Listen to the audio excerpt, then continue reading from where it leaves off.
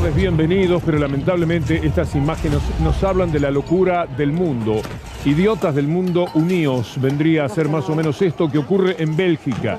Frente a las autoridades europeas, ustedes saben que en Bruselas está la capital de la Unión Europea. Rompieron las ventanas del servicio exterior, son los antivacunas, son los antirrestricciones, son los anti-todo que los hay en cualquier parte del mundo. Miren ustedes la actuación de la policía, acto seguido a esto que fue demencial en el comportamiento de miles de personas. Cuidado, que uno siempre piensa que son pocos, 100, 200, no. Hay mucho más tontos y gente peligrosa en el mundo de lo que uno puede advertir y sobre todo de lo que uno quisiera, porque parece mentira. En medio de la lucha, de la muerte, de los contagiados, tenemos todavía que ver imágenes como estas que pueden ocurrir en Bélgica, que van a mostrar a ver ustedes ahora a continuación parecidas, aunque en otro contexto, en los Países Bajos, que se han producido en España, en Alemania, en Francia, en la Argentina. Es decir, idiotas del mundo, uníos porque no quieren restricciones, porque ahora que hay un contagio de 540.000 hubo un día en Francia, igual protestaban como si no se dieran cuenta que de los contagios, de la propia estadística, van a surgir muchas más muertes, aunque el Omicron mate mucho menos que el Delta. Refugiados en ese criterio, es que muchos están pensando que como el Omicron mata menos, bueno, no le tengamos miedo. Muchos mueren. Hoy tuvimos en la Argentina ya 281 muertes. Este es un número que no se daba desde el mes de agosto. Por lo tanto, tenemos que tener cuidado. El resabio de los antivacunas. Miren ustedes lo que pasa en uno de los museos más maravillosos. Haberlo conocido es un golpe de fortuna. Es el Museo Van Gogh de Ámsterdam. Esto está sucediendo entre los cuadros maravillosos de Van Gogh, porque como cerraron los museos, pero dejaron abiertas las peluquerías, los que quieren protestar por esto que les parece que es injusto, cómo vas a tener abierta la peluquería y me cerrás el museo, por esto están haciendo que el Museo Van Gogh y otros museos, pero particularmente el Van Gogh, actúen de peluquería y la gente va a hacerse las manos, va a hacerse los pies. Uno se ríe, casi que pide disculpas porque no puede ser. Miren la maravilla de los cuadros de Van Gogh y mientras tanto están cortando el pelo, están haciéndose las manos, están haciéndose los pies en el Museo Van Gogh. Así está el mundo, pero todavía, si hablamos del mundo, nos corremos un poco en el mapa, nos vamos algo más hacia el este y nos vamos a encontrar con lo que puede ser una conflagración tremenda para el mundo, como si no viéramos permanentemente las películas de guerra y la muerte. Rusia podría invadir a Ucrania y el resto del mundo, Europa particularmente y los Estados Unidos, se preparan para dar una batalla. ¿Qué tipo de batalla? Fíjense ustedes que los Estados Unidos, Biden, determinó que los familiares de los diplomáticos de Estados Unidos en Rusia se fueran del país. Después viene Borrell de la Unión Europea y dice, bueno, no nos alarmemos tanto. ¿Y qué podemos pensar cuando los Estados Unidos le dicen a los familiares de las personas que cumplen funciones diplomáticas en Ucrania, váyanse de ahí? Porque pueden caer bombas, va a haber guerra. Es indudable que Estados Unidos un poco lo estaba anunciando. Y naturalmente hay en estos momentos conferencias entre Biden y los secretarios de Estado de Europa, entre Blinken, el hombre que el otro día se reunió con Cafiero en el tema del Fondo Monetario Internacional, es el protagonista junto con Biden más importante, tratando de evitar que la invasión de Rusia a Ucrania, si se produce, se convierta en otro hecho terrible. He visto, y espero que usted también, no se lo puede perder, Netflix tiene cosas buenas, toda la serie de la Segunda Guerra Mundial. No puedo más, en cada capítulo terminaba tan desorientado con la condición humana, cómo mandan a los jóvenes a la guerra. Después le vi en la película Troya, creo que es Aquiles el que dice, en las guerras mueren los jóvenes y hablan los viejos. Porque ellos no van a la guerra y por eso mandan a muchachos de 22, 23, 24 años a morir. Bueno, esa serie que acabo de ver por otra parte, hará un par de semanas, frente a esto que de Rusia y Ucrania como determinante puede convertirse en algo espantoso para la humanidad, no puedo menos que sensibilizarme frente a este despropósito de que estén jugando a que se van a declarar la guerra, que Rusia va a ir a Ucrania y que va a reaccionar Europa y también los Estados Unidos. Y así están, por ahora, en el terreno de las amenazas. La Unión Europea pide no se alarmen, no hablemos catastróficamente. Pero Estados Unidos le pidió a los familiares de sus diplomáticos que se vayan de Ucrania. Les ordenó que lo hagan. ¿Qué está temiendo Estados Unidos? Que caigan bombas, que pase de todo. En consecuencia, ¿de qué manera podemos evitar que hablemos de la guerra? Bueno, así está el mundo. Así queríamos empezarlo con todo nuestro equipo que ya empiezo a presentar, yendo por Estefanía Pozzo y el mundo de la economía. Estefanía, qué gusto verte. Igualmente, Víctor Hugo, bienvenido. Se lo extrañó estas semanas en la pantalla, así que un placer. Lo que voy a hacer es una continuidad con lo que usted venía relatando. Tensión en el tablero geopolítico por una eventual, me lo dejo preguntado, como usted lo dejaba planteado también, invasión de Rusia a Ucrania. Tuvo su correlato en el mundo financiero. Todas las bolsas tuvieron un muy mal día, por supuesto que los índices argentinos también. Se lo ligo con la negociación con el Fondo Monetario Internacional. Todo esto repasamos en un rato. Y la lucha armamentista, sepa usted que el principal negocio, la principal fuente de recursos de los Estados Unidos tiene que ver con el armamentismo. Por eso le venden a todo el mundo y después dicen cómo se van a meter en guerra y ya le vendieron las armas. Y naturalmente esto mueve la industria más potente que hay en el mundo, la de los armamentos, porque del lado de Rusia también estarán inventando cualquier cosa, haciendo más tanques, porque ninguno se distrae, gastando dineros que no existen, que no podemos ni siquiera imaginar para prepararse para la guerra. Doctor Darío Villarruel, qué gusto. Víctor Hugo, un gusto compartir otra vez este año esta mesa que nos trae tantas alegrías y que nos mete de lleno con la información. En enero hay feria judicial, pero fue en enero caliente, no solamente por la temperatura, sino por lo que es cambiando una letra, Gestapo, Gestapro. Es una letrita, es una R, y hay muchas novedades. Usted vio el video, todo el país lo vio. Y me acuerdo que Horacio Rodríguez Larreta dijo: yo no veo ningún delito. Perdón, doctor Larreta, no se ven los delitos. Se investigan, se acusan, y muchos de los que espiaron, prontamente, en febrero, ahora se lo cuento, van a tener que desfilar por los tribunales federales de La Plata. Y el saludo para completar nuestra mesa con Lautaro. Te desafío, Lautaro, a que superes la peluquería del Museo Van Gogh. No puedo creer lo que está sucediendo. ¿Qué tenemos para hoy? Víctor Hugo, tenemos un montón de cosas. Un placer volver a compartir la mesa con vos. Te deseamos acá una bienvenida. Vamos a hablar de la interna del PRO. ¿Por qué digo del PRO y no de Juntos por el Cambio? Porque hay 4 dentro del partido que quieren ser candidatos a presidente. María Eugenia Vidal, Horacio Rodríguez Larreta, Mauricio Macri y Patricia Bullrich. Patricia Bullrich estuvo en Punta del Este, Víctor Hugo. Hubo una cena con empresarios. Te vamos a mostrar cuánto le salió a cada empresario estar en esa cena del Conrad en Punta del Este, y también la reunión entre Mauricio Macri y Horacio Rodríguez Larreta. ¿Y cuánto le cuesta al país en su autoestima, en su confianza, en su humor, cada mentira grande de medios de comunicación como Clarín? Hoy cumple años, pero no le vamos a pagar la velita. Aquella información maliciosa, mafiosa, bochornosa del diario Clarín de hace exactamente 365 días.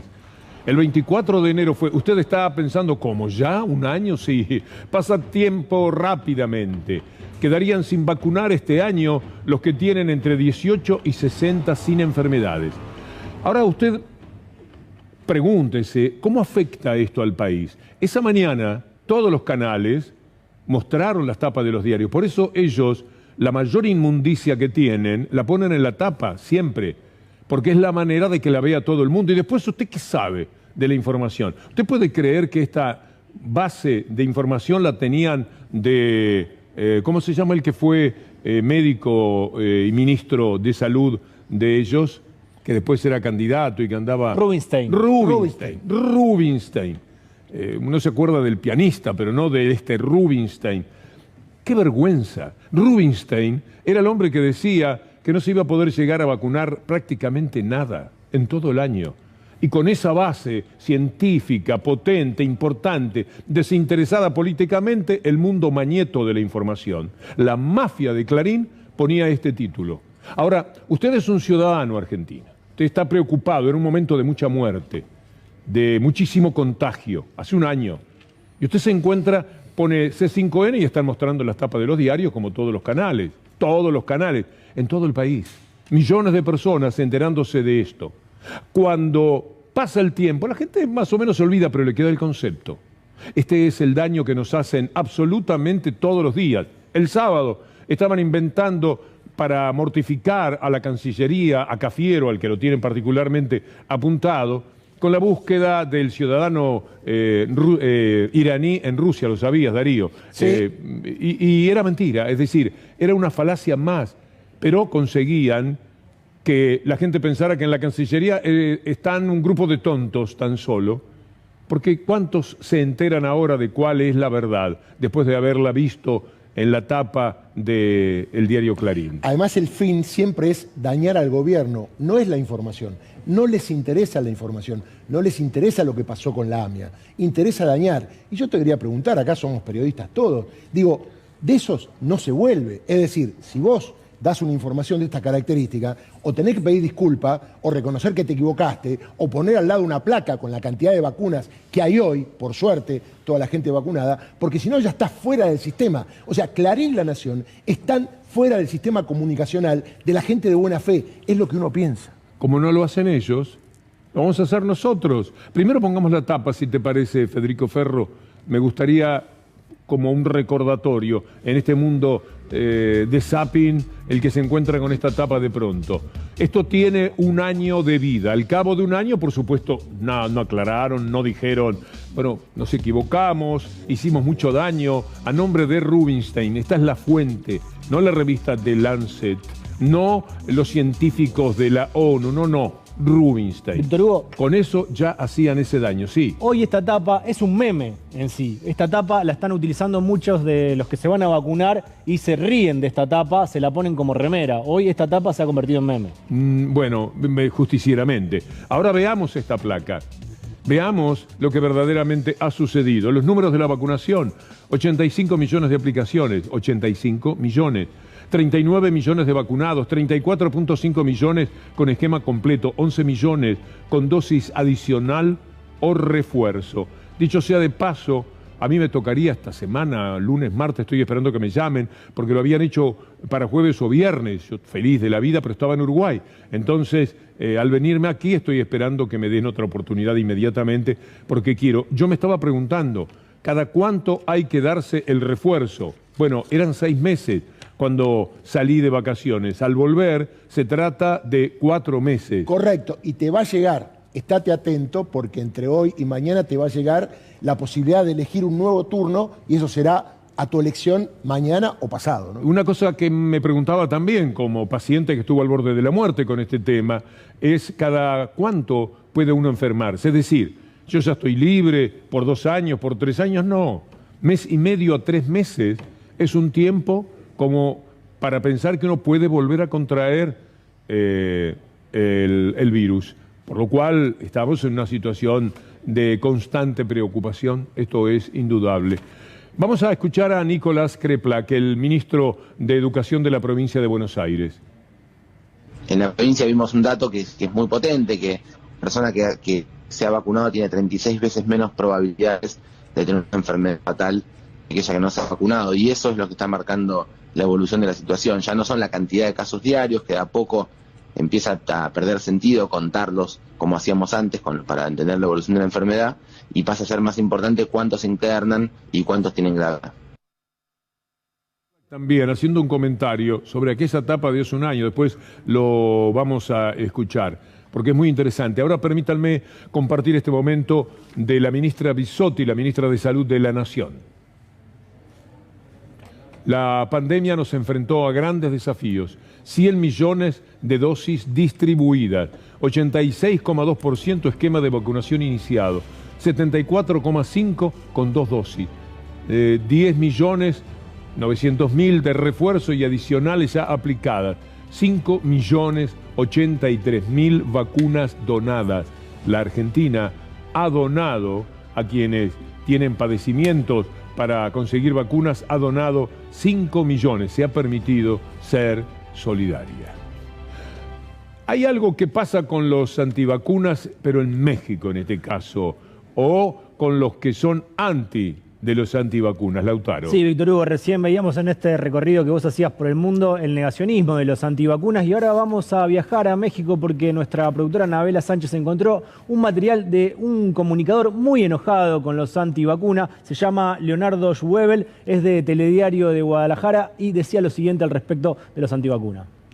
La libertad no te da derecho a fregar al próximo. Ustedes, malditos antivacunas, bola de imbéciles, ya déjense de fregaderas y por lo menos pónganse el maldito cubrebocas y dejen de estar fregando al mundo. Si tú, antivacunas, eres un imbécil, ponte el cubrebocas. Bueno, no sé si tienen una oposición en México como la de la Argentina. Esto compite con la peluquería del Van Gogh. Compite, bueno, no quería... Buen material. No quería agrandarme, Víctor Hugo, cuando lo dijiste al principio. No sabemos si hay una oposición, como por ejemplo la de la Argentina, que denunció al gobierno por envenenamiento. Imaginemos a ese conductor en un programa aquí en la Argentina teniendo una oposición como la que tocó a la Argentina. El tema de la vacuna es inagotable, Estefanía Pozzo. Es inagotable porque también hay alertas por estafas con el asunto de la vacunación. Y vamos a ver una alerta que difundió la Secretaría de Innovación Pública. Fíjense, lo estamos viendo en pantalla. Atención, hemos detectado que se encuentran circulando una campaña de fraude digital por medio de cuentas de WhatsApp en donde se hacen pasar por la aplicación Cuidar para robar información personal. ¿Cómo es la metodología, por lo menos que circuló en redes sociales? Llamaron por teléfono a una persona para decirle que querían reconfirmar el turno de la tercera dosis y en el medio le pidieron que les dé un número que les iba a llegar por mensaje. Esa persona se lo dio y le robaron el WhatsApp.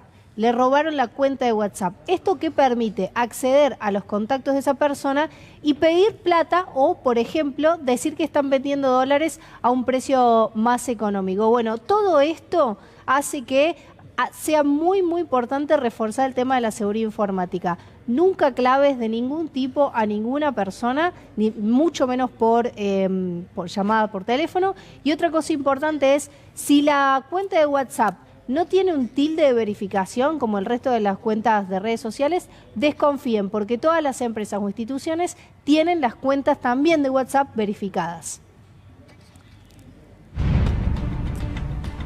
Están pasando cosas en este momento y Sofía Barruti las comparte con nosotros desde la Casa Rosada. Muy buenas tardes, Sofía. Muy buenas tardes, Víctor Hugo. Bueno, y hasta el momento lo que sabemos es que finalizó la reunión entre Alberto Fernández y el flamante embajador estadounidense Mark Stanley. En realidad era un acto de entrega protocolar de las credenciales como flamante embajador. Sabemos que llegó a las 16:46, para ser preciso, 15 minutos antes de que comience esta reunión, y se terminó yendo alrededor de las 6 de la tarde, lo que configuró 1 hora y cuarto aproximadamente de esta reunión. Lo que sabemos entonces es un acto protocolar, no sabemos si cruzaron palabras en off the record, como diría la jerga, en la antesala de lo que es este nuevo vencimiento del Fondo Monetario. Por supuesto que todas las miradas están puestas en lo que sucede allí. Sabemos de Stanley que es un abogado que tiene 38 años de experiencia como abogado litigante y 44 años de servicio al gobierno estadounidense. Finalizó entonces la reunión entre el flamante embajador y el presidente de la República Argentina. Muy bien, Sofía, muy bien. Hay que decir de Mark Stanley que es un personaje nefasto para la Argentina. Ya estaba haciendo daño antes de venir, antes de presentar estas cartas credenciales que trajo hoy.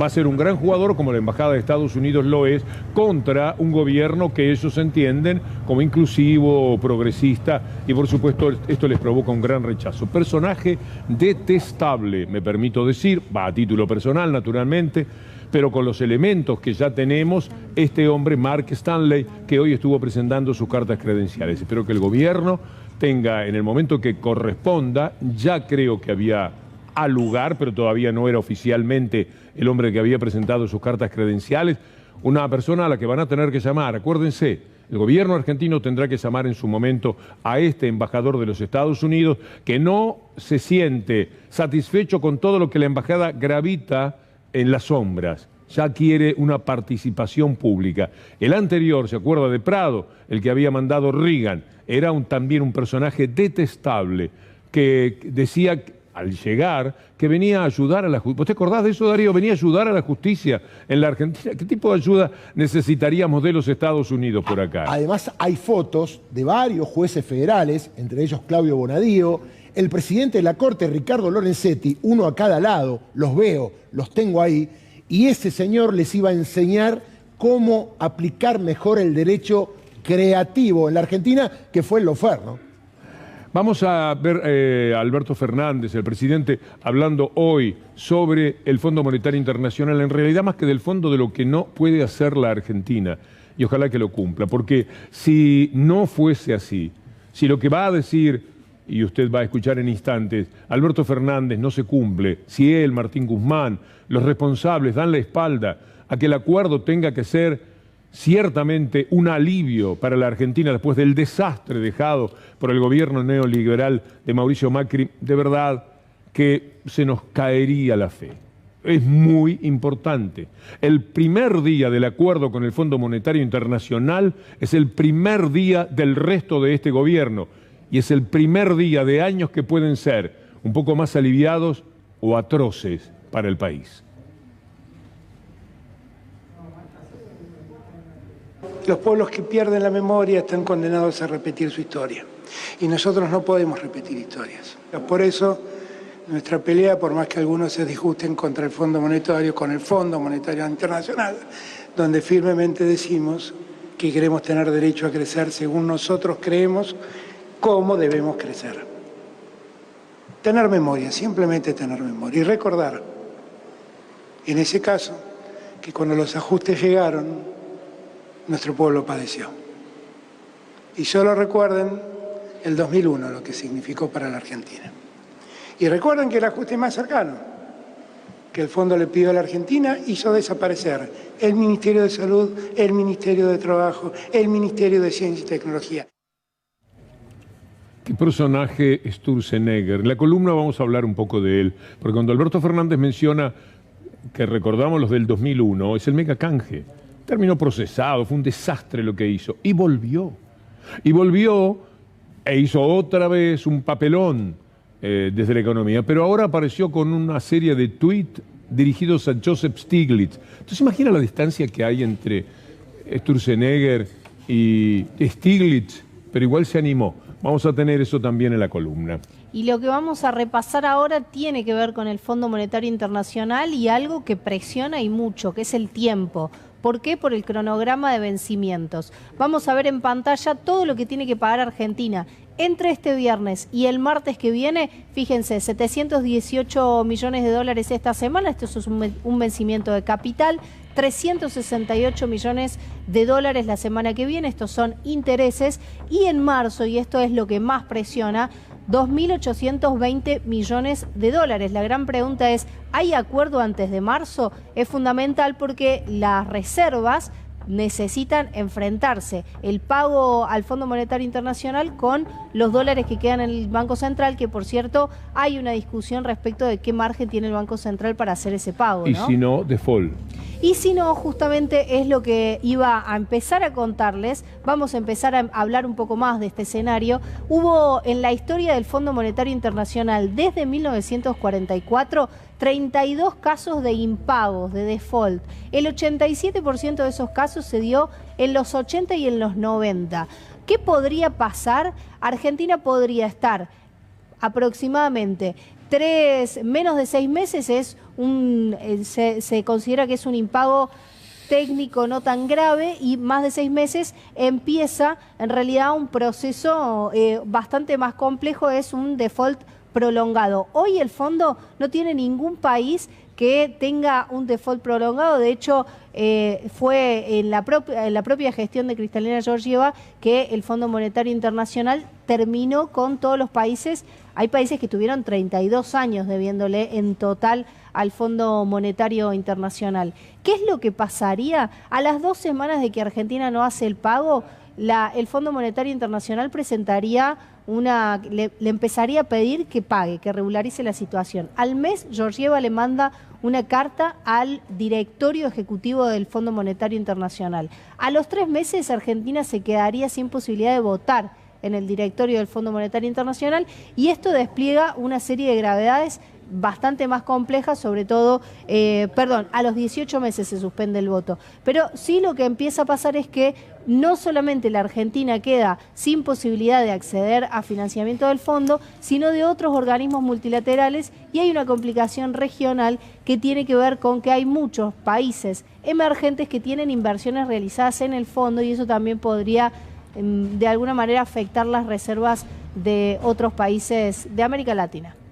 El gobernador de la provincia de Buenos Aires, Axel Kicillof, redactó 2 tweets sobre el acuerdo o el posible acuerdo con el Fondo Monetario Internacional y la deuda, y dijo lo siguiente desde la red social: observo que la exgobernadora Vidal, hoy reperfilada, intentó defender con un tuit a su jefe Mauricio Macri, que nos endeudó con el FMI de manera tan irresponsable como grave. Hay otro tuit del gobernador Axel Kicillof y dice: en parte, Vidal también se justifica a ella misma. Cuando gobernó la provincia, desplegó exactamente el mismo modelo de bicicleta financiera que Macri impuso para el país. Claro, Vidal fue endeudadora en dólares, además. No, que Vidal crea que tiene cara o que ponga la cara para hablar del tema de la deuda es una vergüenza. Y cuando Kicillof usa el término reperfilar en el primero de los tuits, tiene que ver con aquello de perfilar de nuevo, ¿te acordás?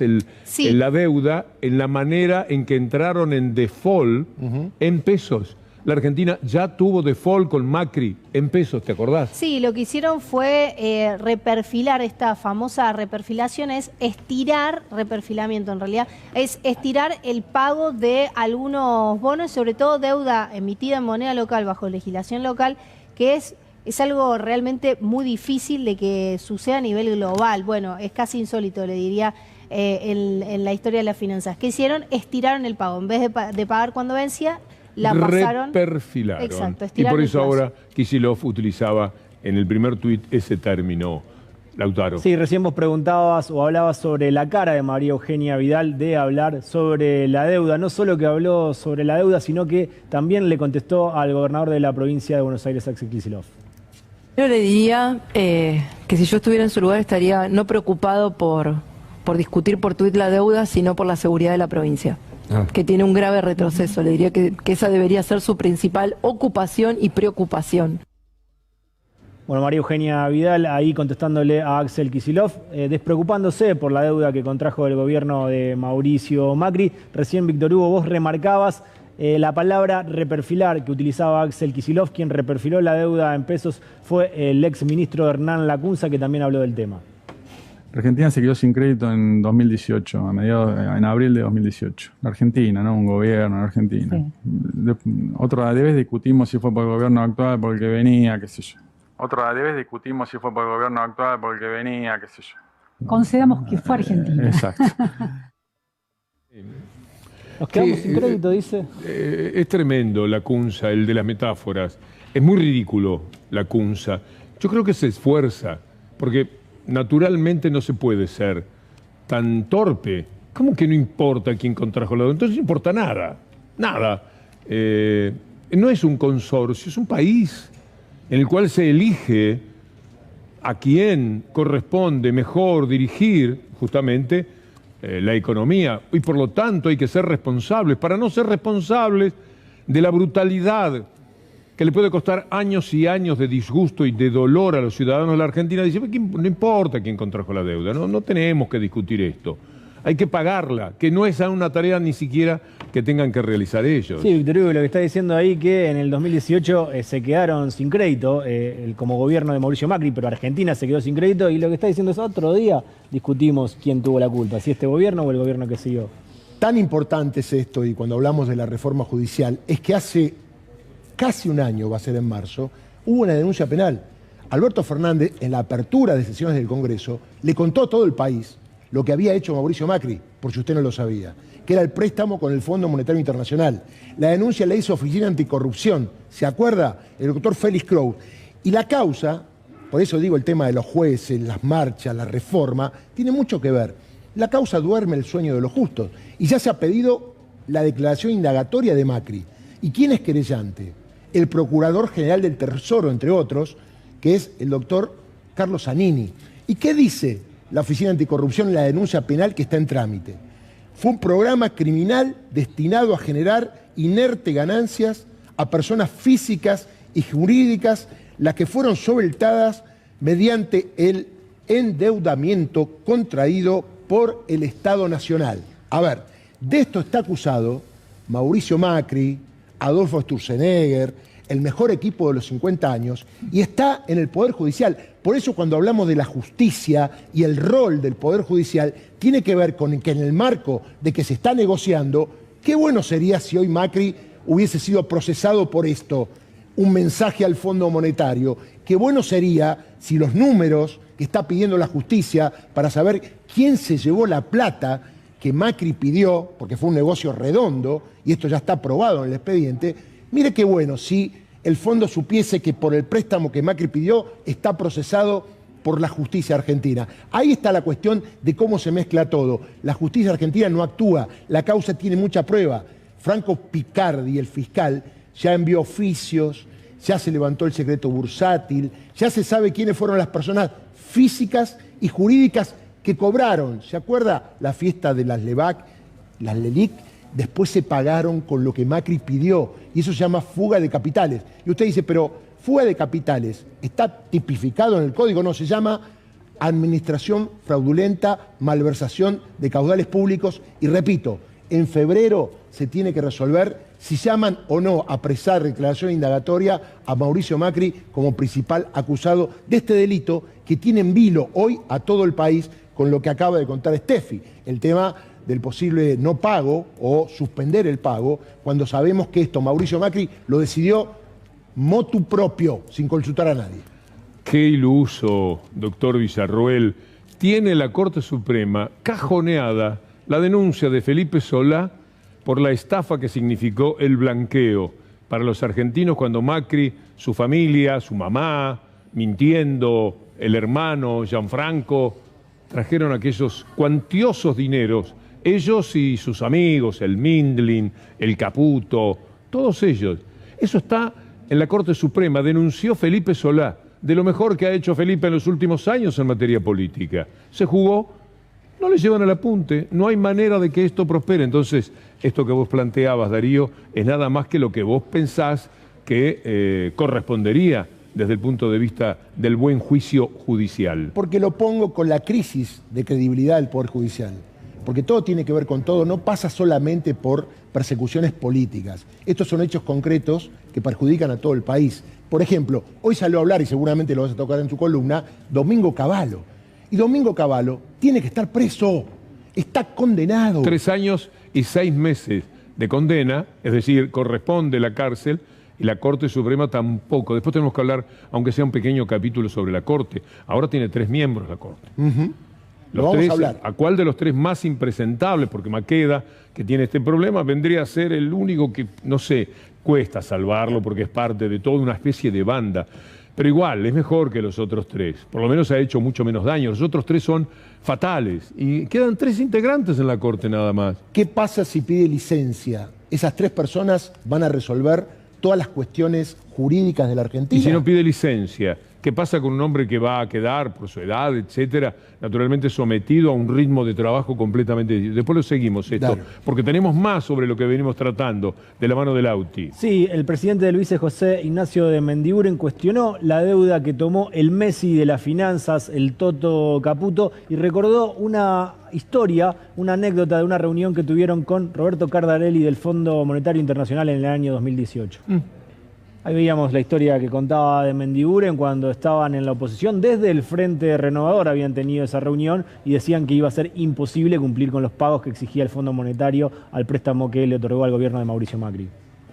Bueno, hablemos de algo grato. La temporada es récord. Mucho tenemos para mostrarla en la columna de datos de recuperación del país. Este es el problema también con el fondo. Mientras este momento extraordinario del turismo interno en la República Argentina marca con la industria, con la construcción, una etapa de florecimiento de la economía, el Fondo Monetario Internacional quiere terminar con todo eso a nombre de los que quieren voltear este gobierno.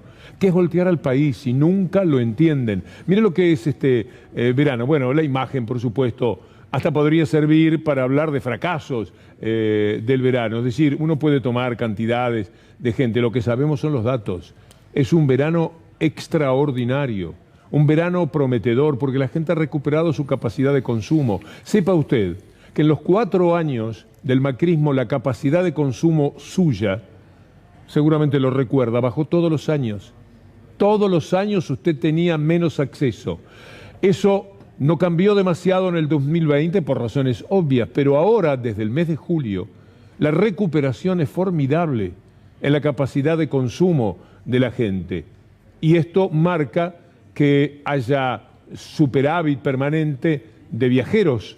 En los trenes que van a Mar del Plata llevaron 620.000 personas en enero, febrero. En marzo está casi todo vendido gracias al previaje, que ha sido un aporte extraordinario. Entonces, dicho sea de paso, tenemos que hablar de los trenes, porque hay recuperación, ¿eh? Hay varias líneas a Córdoba, dentro de Córdoba, el urbano de Córdoba, que vos lo conocés muy bien. Exactamente. Sí. Y ella también, ¿eh? Sí, claro, Steffi, es muy perdón. bonito, es muy bonito. Estoy entre cordobeses entre aquí. la sierra y también a Mar del Plata. Hoy se pusieron en venta los nuevos pasajes para de acá a Yo voy a febrero. ir este verano, si Dios quiere, en tren a Mar del Plata, porque amo los viajes en tren. Y porque además hay que ver cómo están los trenes, ¿eh? El interior de los trenes. Recién había una toma en la que se podía ver. Y muy accesibles. Muy accesible, te estoy hablando de 700, 800 pesos. Tal cual.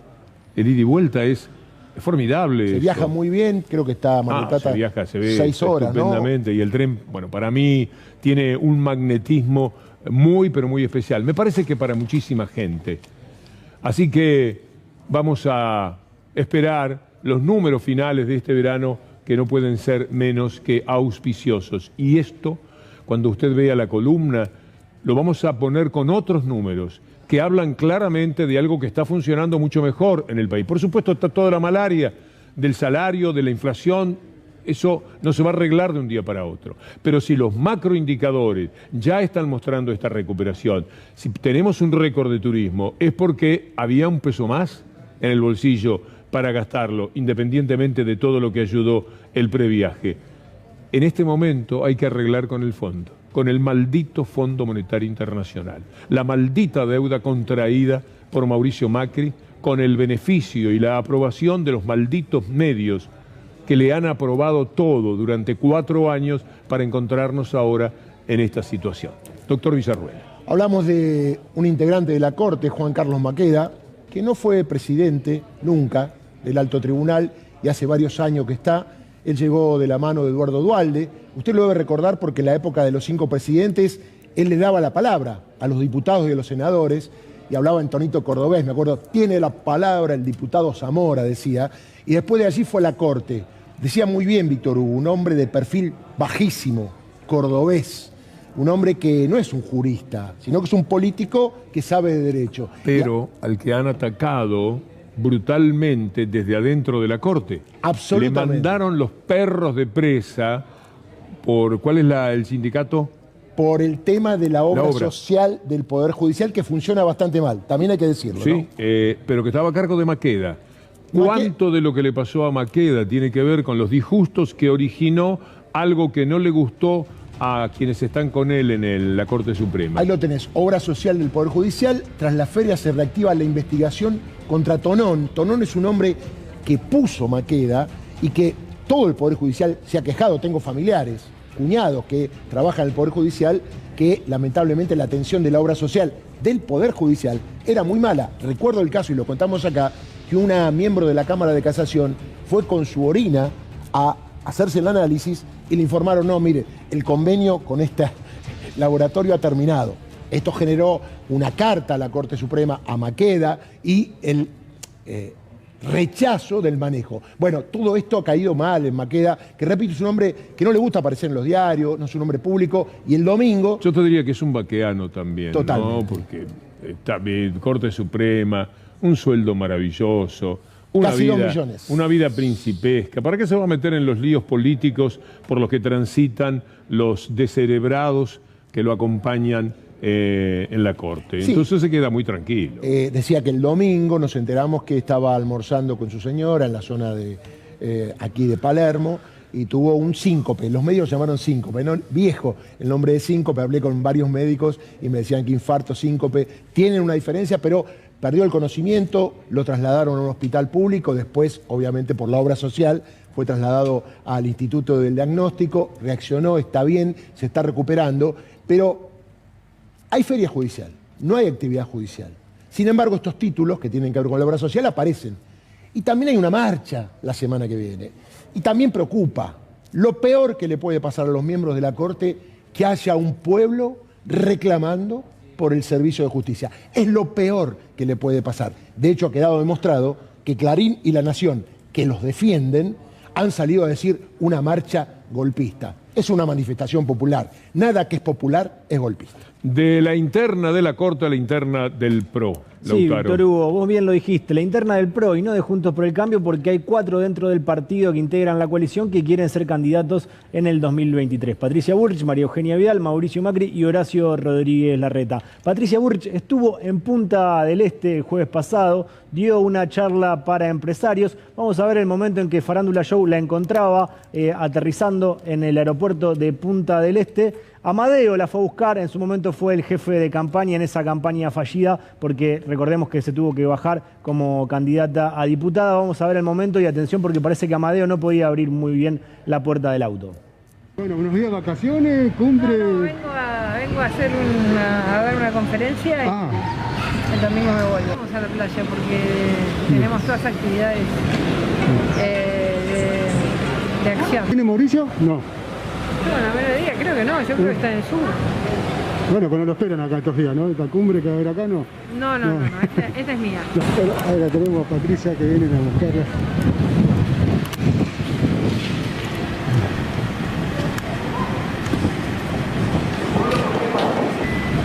Acá lo que no sabemos es que no tiene idea cómo abrir el baúl. ¿Vuelve el PRO, Patricia? Eso es lo que se preguntan los uruguayos. ¿Vuelve? Vuelve el PRO, sí. ¿Vuelven a gobernar, Patricia? Claro, 2023. ¿Sí? Sí, claro. ¿Vas a ser candidata, vice o te vas para presidente? Uy, ¿sí? me mataste. Secreto profesional. Dice que Larreta también, ¿no? Se va a postular, pero no. Bueno, todos te quieren a vos, ¿no? El pobre Amadeo ya ni de chaperón sirve. Es verdad. No le funcionaba. No podía abrir el baúl. Y ya ni se enoja de las chicanas de la Pero propia viste, esos presidenta. siempre están, te abren la puerta, te ayudan a bajar del auto y en cualquier momento se coloca otra vez en algún lugar prominente, una embajada, una representación en algún sitio. Jefe de campaña. Buen trabajo para los hijos, siempre muy bien colocados, con sueldos espectaculares, gran vividor del Estado. Ahora le tocó de chaperón, ahí estaba recibiendo a Bullrich. ¿Esto era abierto? ¿Todos podían participar de la charla? No, Víctor Hugo, vamos a ir a ese punto. Vamos a ver primero lo que sucedió, después lo vamos a comentar desde una noticia del diario La Nación, pero este es el WhatsApp al que accedimos desde C5N, Víctor Hugo, que mandaba el equipo de Patricia Bullrich. Vos preguntabas si cualquiera podía ir de los empresarios al Conrad. Esto es lo que circuló para invitar. Estimados, desde el equipo de Patricia de vinculación con empresarios, profesionales e inversores, estamos organizando una cena en el Conrad de Punta del Este para este jueves 20 de enero a las 21:30. El valor de la tarjeta para la cena es de $500 por persona y se trata de un evento reducido y privado en el que se pretende que el clima distendido y cordial se aborden temas de interés político, social y económico. La convocatoria es solo a personas de confianza y referidos. Acá le agreguemos también que pueden pagar $500. No queda muchos cubiertos disponibles, les mando saludos y desde ya muchas gracias. Este es el mensaje con el que se invitó a empresarios que estaban en el Conrad de Punta del Este. El equipo que dice ahí de Patricia Bullrich vinculado con empresarios. Mirá vos, de los creadores de Luana Volnovich que haces en Cancún, nos vamos a Patricia Bullrich en Punta del Este, porque ellos pueden. La derecha se siente dueña de todo, ellos pueden veranear donde quiera. Ahora, si usted es un bien pensante, medio de la izquierda, viejo, usted tiene que ser pobre, porque la virtud tiene que estar unida a la miseria, si no, no sirve. Esto es lo que le tiraron encima a Luana Volnovich los grandes disfrutadores, porque estos son de disfrutar a lo grande. Y la ensuciaron, la persiguieron, la hostigaron, la querían renunciante. Mire usted lo que una sola cena, pero eso se lo pueden permitir porque esos son finoli. Era como cuando empezaban a trabajar en el Estado. ¿Usted se acuerda? Los sueldos en aquella época eran de 40, 45 mil pesos de alguien del Estado y siempre criticaban. Echaron a todos los de 40 mil pesos y trajeron gente de 170 mil, porque esos tienen que ganar bien, esos tienen que ganar otra plata, viven de otra manera. Es una vergüenza todo, ¿eh? Tenemos un amigo en común que estuvo y vio lo que pasaba en el Conrad. Y me llamó y me dijo, mirá, Patricia Bullrich está acá. Está alojada en una habitación enorme que sale $300 por día y aparentemente ese lugar lo alquilaron y es un salón muy caro, en miles y miles de dólares. Yo no sé si la plata fue para pagar el salón, porque también le daban comida, y me dijeron, mira, la comida no era una gran comida, era... Eventualmente invitó a los amigos que estaban veraneando del PRO en Punta del Este. Si tiene $500, pasen por caja, ¿eh? Vergonzoso. Como decís vos, esto no se hace en los diarios, no se critica, pero si pasa por el otro lado, te matan. Posibles aportantes en una futura candidatura de la exministra de Seguridad. Veamos el destacado del diario La Nación. Ese WhatsApp, Víctor Hugo, que mostramos anteriormente, es algo que pudimos acceder desde aquí, desde el equipo de La Hora de Víctor Hugo, pero esto ya lo ponen en el diario de La Nación y dicen los cónclaves secretos de Patricia Bullrich con el círculo rojo en Punta del Este y un mensaje. No hay espacios para tibios. Claro, mensaje a Horacio Rodríguez Larreta y dice, la titular del PRO mantuvo una serie de reuniones con importantes empresarios de la Argentina que descansan en Uruguay. Mientras tanto, Macri y Larreta planean encontrarse en la Patagonia. Esta nota estaba publicada antes del encuentro que finalmente sucedió en la Patagonia, en donde suele veranear el expresidente Mauricio Macri. Lo vamos a contar a través de este destacado de ámbito.com. Mauricio Macri y Horacio Rodríguez Larreta se reunieron en Neuquén con la mira en 2023. El encuentro fue en el country Cumelén de Villa Langostura, en la provincia de Neuquén. El alcalde porteño fue recibido por el exministro Luis Caputo. Está en la casa de Luis Caputo que tiene ahí en el sur Horacio Rodríguez Larreta. Se juntó con Mauricio Macri. Recordemos que la semana anterior Horacio Rodríguez Larreta dio una nota en La Nación y en Perfil y dijo, no, Mauricio Macri nunca dijo que iba a ser presidente. Bueno, acá es la reunión después de todo lo que dijo Horacio Rodríguez Larreta en esa entrevista. ¿No habrá dicho en realidad nunca debí ser presidente? No, eso es lo que debió haber dicho, pero bueno, no lo que dijo. Así como reapareció Héctor Amadeo, lo veíamos recién de chaperón de Patricia Bullrich, siguiendo un poco el derrotero de los nombres que hemos padecido en aquello, tuvimos la Cunza, diciendo la deuda no importa quién la contrajo, la deuda, eso no es un tema. Tuvimos a Bullrich a $500 la cena, bien el cubierto, y bueno, tuvimos la foto de Macri y Larreta, y me viene el nombre de Marcos Peña. ¿Sabes algo de Marcos Peña? Sí, Víctor Hugo, seguimos hablando del PRO. No sé nada, y quien no sabe nada también es Miguel Ángel Pichetto. Acá nos vamos a meter Pichetto, lo tengo en la columna. Esos son vivos. Porque, ¿qué podríamos decir de Pichetto que valga la pena si él no se expusiera con sus disparates, con su barbarismo constante? Así que tenemos un Pichetto para la columna, imperdible. Tenemos dos declaraciones de Miguel Ángel Pichetto la para vamos este a pasar momento. Ahora también. No, Víctor Hugo, quédate tranquilo que no vamos a anticipar nada de tu columna.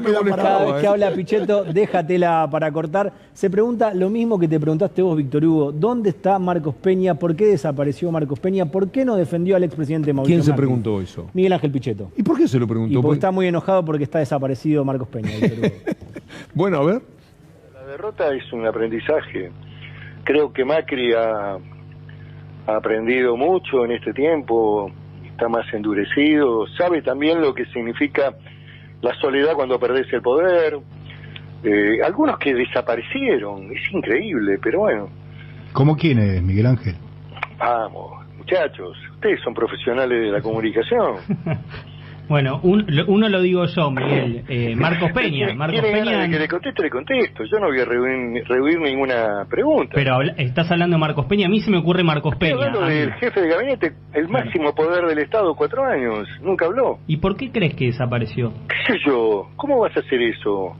Nunca defendieron al expresidente. Nunca. Nunca hubo una declaración para decir, bueno, no, miren, la cosa no fue así.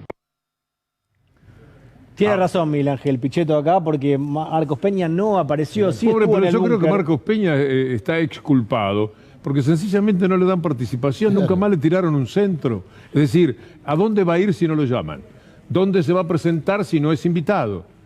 ¿Qué sé yo? Me parece que lo sometieron al olvido, porque no te olvides, que más que Macri mandaba Marcos Peña, mucho más que Macri, porque en realidad Macri estaba en la reposera la mayor parte del tiempo. Pero el que se movía para un lado para otro, el que armaba las mentiras, el que trabajaba con los trolls. El ejército de trolls. El ejército de trolls, el que mentía a diestra y siniestra, el que decía que Caputo, que ahora anda por el sur, me dijeron, ¿sí? Que Caputo era de la Champions League, tipo hecho, te decía Marcos Peña. Pero era el hombre que bancaba absolutamente todo. Ahora, si cuando termina su gobierno, él siente que lo acusan por haber sido el que verdaderamente se hizo cargo de ese gobierno, y no lo llaman a ningún lado, no le preguntan, ¿querés venir? Mirá, nos reunimos en tal sitio, hacemos un Zoom, y no le dicen, pobre Marcos Peña, ¿qué va a hacer? Se asume una especie de... Pero hay desaparecidos que nos duelen mucho más, porque son desaparecidos con los que no podemos sonreír. Son desaparecidos, y perdone la palabra, son personas que se han ausentado deliberadamente porque son delincuentes y porque protegen a delincuentes. Porque, por ejemplo, mucho más que dónde está Marcos Peña, me preocupa dónde está Pepín. ¿Tenés algo de Pepín, Lautaro? Víctor Hugo, vamos a ver si podemos dar con el paradero de Pepín Rodríguez Simón. Recordemos que la semana pasada Irina Hauser recordó una foto entre Pepín Rodríguez Simón, Elisa Carrió y María Eugenia Vidal saliendo de la casa de Contegrán, que en ese momento, en el año 2016, iba a ser procurador en la provincia de Buenos Aires. Le preguntaron en una entrevista, esta es la foto, Víctor Hugo, de la semana pasada, que en realidad es una foto del 2016, de una nota que en este caso la foto la tomó el colega Andrade. Quisiera que me digas de esta foto, yo miré cuál era el epígrafe y la redacción, no nombran nunca a Pepín, que queda un poquito ahí en la sombra. En ese momento no se mencionaba mucho Víctor Hugo y esta foto cobra mucha relevancia hoy con el diario del lunes. Por supuesto, se hablaba en ese momento del operador judicial, pero muy poco del vínculo con Elisa Carrió. Ahí la vemos también con María Eugenia Vidal, quien estuvo a cargo de esta Gestapo antisindical, pero el que dio una entrevista fue el presidente de la coalición cívica, Maximiliano Ferraro. Sabemos que la coalición cívica está liderada por Lilita Carrió, no desde un puesto oficial, pero quien es el presidente es Maximiliano Ferraro, y dijo, Juntos por el Cambio no puede apostar a un escenario de cuanto peor mejor. No tiene autoridad, ni termines de leerlo. No tiene autoridad, no digo Ferraro, al que no conoce uno, pero desde la coalición cívica, desde el lugar donde está Elisa Carrió, con todo el daño que ha hecho permanentemente, es la promotora de los mayores escándalos judiciales que terminaron, por supuesto, en la nada porque eran todas mentiras. Desde ese lugar van a pedir, porque en la interna de ellos quieren mostrarse más blandos, más republicanos que los que llaman halcones. No me convence para nada, Lauti. Sí, entremos, si podemos, de vuelta a la nota para el fragmento que tiene que ver con Pepín Rodríguez Simón. Le preguntan a Maximiliano Ferraro, ¿Macri tenía una mesa judicial? Responde que no, y tenemos otra pregunta y otra respuesta. La pregunta es, Fabián Pepín Rodríguez Simón, cercano a Carrió, se refugió en Uruguay. ¿Tendría que presentarse ante la justicia? Y Maximiliano Ferraro contesta, a diferencia de lo que sucede con el kirchnerismo, los funcionarios de Cambiemos siempre estuvieron a disposición de la justicia. Hay que ser muy bandido para decir esto. Tal cual. Muy bandido. Pobre gente de los que él señala kirchnerismo, que han estado presos, hostigados, les han quitado fueros, los han perseguido de todas las maneras, pero siempre estuvieron delante del juez dando la cara.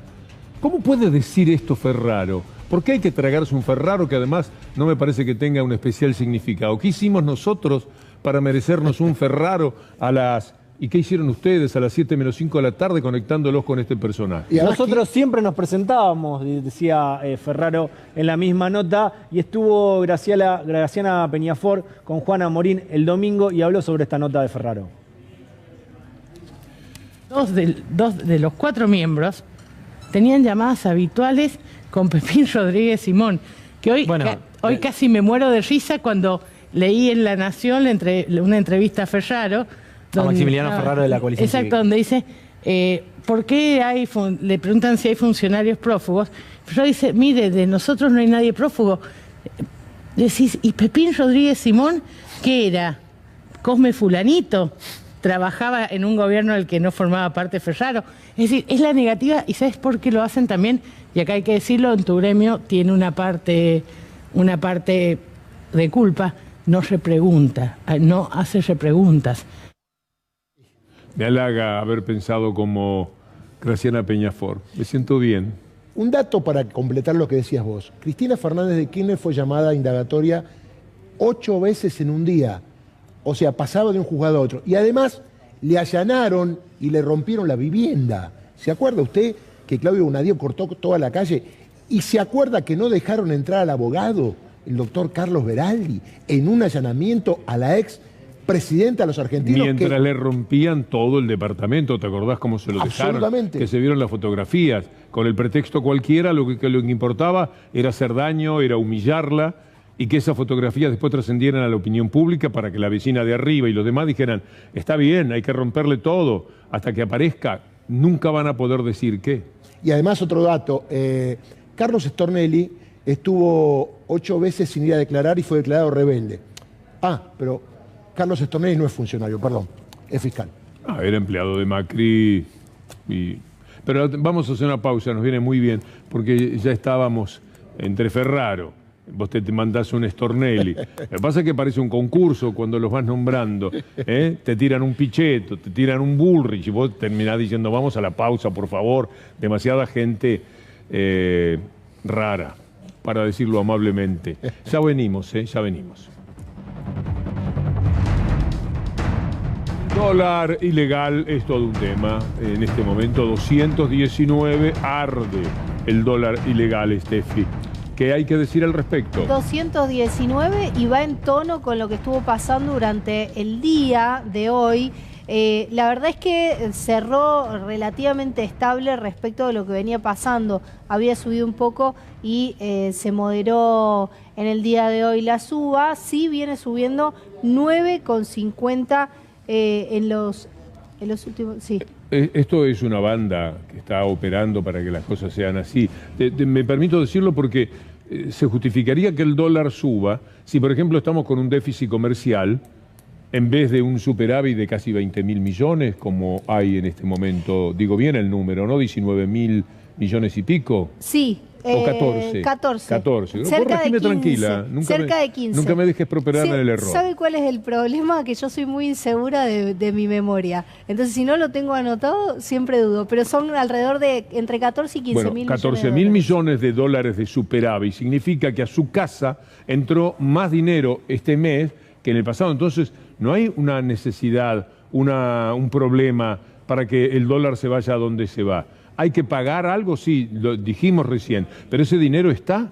Ese dinero de los pagos de 300 y que mencionaba recién Steffi. Ese dinero está. Es el mismo dinero que después le van a devolver a la Argentina. Por lo tanto, no hay ninguna de las condicionantes que yo más o menos, viendo lo que ustedes dicen, los que saben de economía, permiten que el dólar se vuele de esta manera. Esta es una operación de mercado para perjudicar la discusión con el Fondo Monetario Internacional, para perjudicar indudablemente al gobierno. Un mercado chico que se mueve casi con la intención, me parece. Es un mercado muy chico que es muy difícil de controlar, no hay posibilidad alguna de que el Estado controle todas las operaciones que se hacen al margen del mercado legal. ¿Y lo que pasa legal en el mundo puede gravitar este? Sí, eso le iba a contar, Víctor Hugo. ¿Qué pasó? Hay muchas cosas que confluyen en esto. Por supuesto que tiene que ver con la inflación, con las cuestiones domésticas, con que empieza a subir o a aumentar el ritmo de devaluación. El Banco Central había incluso está en el presupuesto, se concentraba la pauta de evaluación más fuerte a principio de año. Esto también va corriendo el dólar oficial y entonces el dólar paralelo también se va acomodando a ese reacomodamiento del dólar oficial. Están todas las explicaciones del mercado doméstico, pero al mismo tiempo hay que mirar afuera y entonces lo que empezamos a ver es que, claro, las acciones argentinas en Wall Street cayeron hasta 8% y el riesgo país le quedó cerquita de los 2.000 puntos, se quedó en 1900. La primera vez que estuvo en 2.000 puntos en los últimos años fue en el gobierno de Macri. Sí, lo que pasa es que ahora el riesgo país hubo una modificación de la forma de cálculo y tuvo una baja, entonces estos 2.000 puntos son distintos a los anteriores. Se puede empalmar la serie, por supuesto, pero hay una modificación también en la manera en la que lo calcula el Banco Internacional que calcula este índice. ¿Qué es lo que está impactando? ¿Por qué caen las acciones argentinas en Wall Street? ¿Y por qué cae también, por qué sube el riesgo de país? Que la contracara de eso es que baja la cotización de los bonos, más o menos en promedio un 2%. Por supuesto que tiene que ver, insisto, con las cuestiones domésticas, con la negociación con el Fondo Monetario, pero decíamos, hay una tensión global que está mirando a Ucrania y Rusia, qué es lo que sucede allí, y otra decisión fundamental en el mundo financiero, esto siempre y sobre todo este año, es qué va a hacer la Reserva Federal con las tasas de interés en Estados Unidos. Yo diría que este año, para los mercados emergentes y para el mercado financiero, va a estar mirando definitivamente qué es lo que hace la Reserva Federal con la tasa de interés.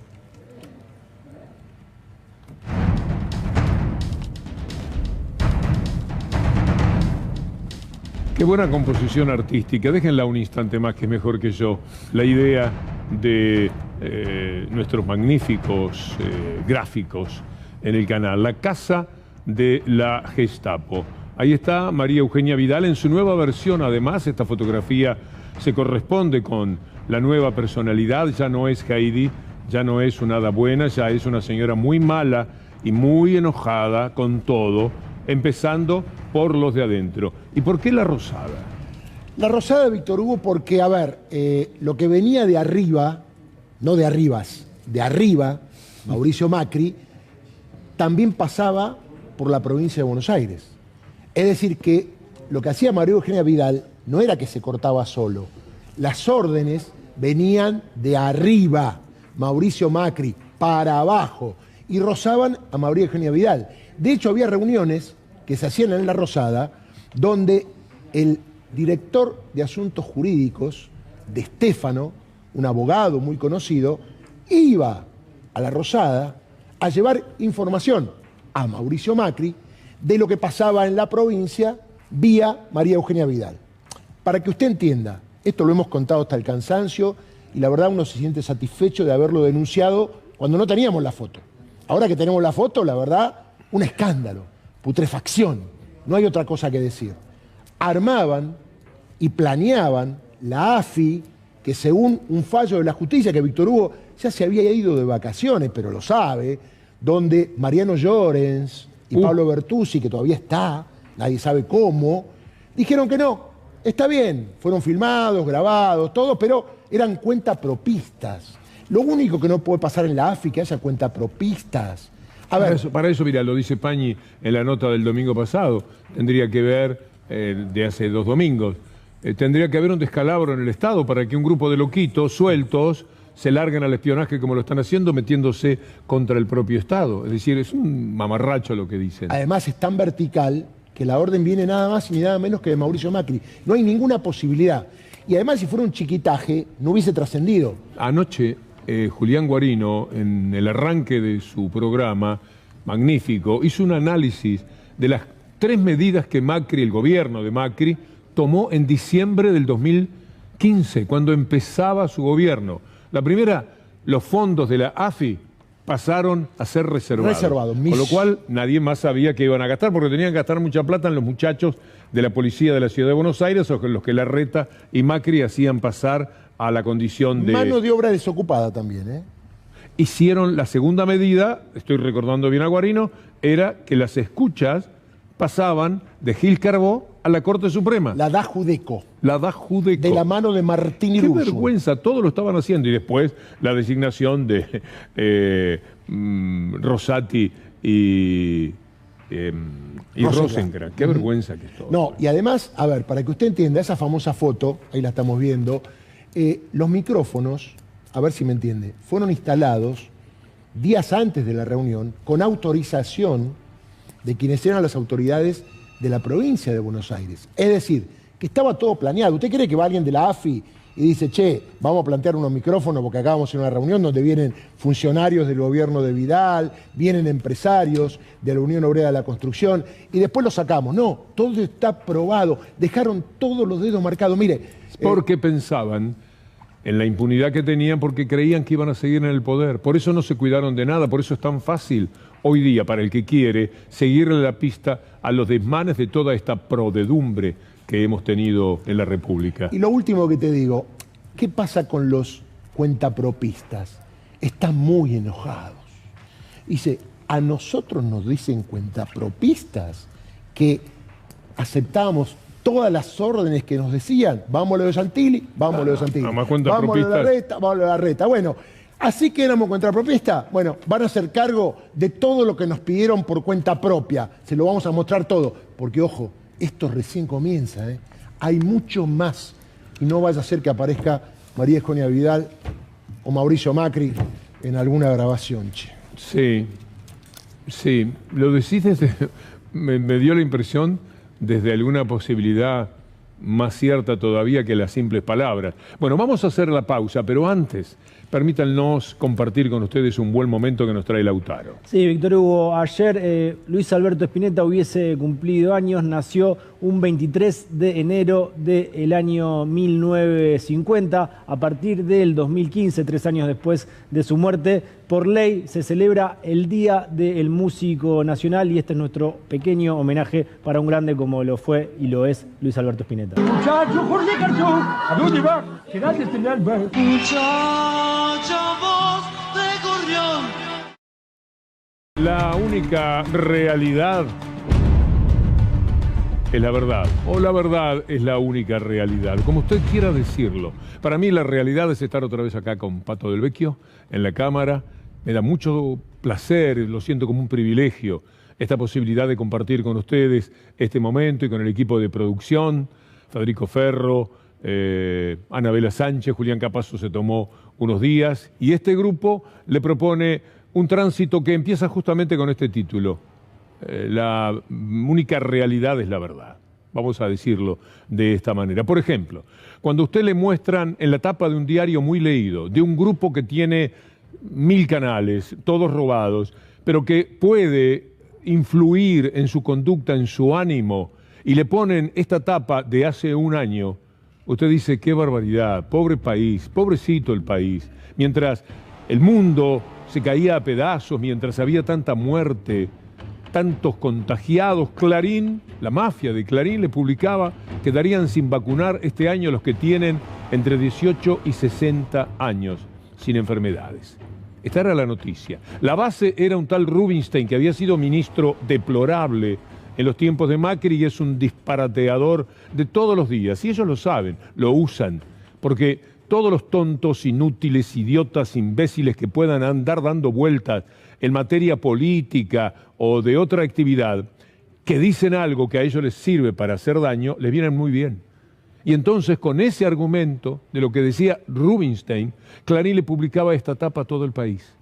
¿Qué pasó con usted cuando en medio del temor que generaba en la Argentina y en el mundo, usted lee en el diario más vendido y en el grupo más poderoso, lamentablemente, de la vida nacional, lee que no va a tener vacunas?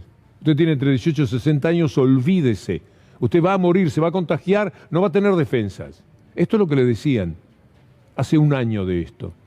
Usted estará pensando también como nosotros, qué rápido pasa el tiempo, porque uno recuerda muy bien esta etapa. Hace un año, ya hace un año, que le mentían de esta manera a la gente. Permítame tomar este tuit de Nicolás Kreplak, el ministro de Salud de la provincia de Buenos Aires. Tapa de hace un año. No había transcurrido un mes de la campaña de vacunación, pero ya instalaban miedo y angustia y preocupación. Bravo, Nicolás Kreplak, así hay que jugar.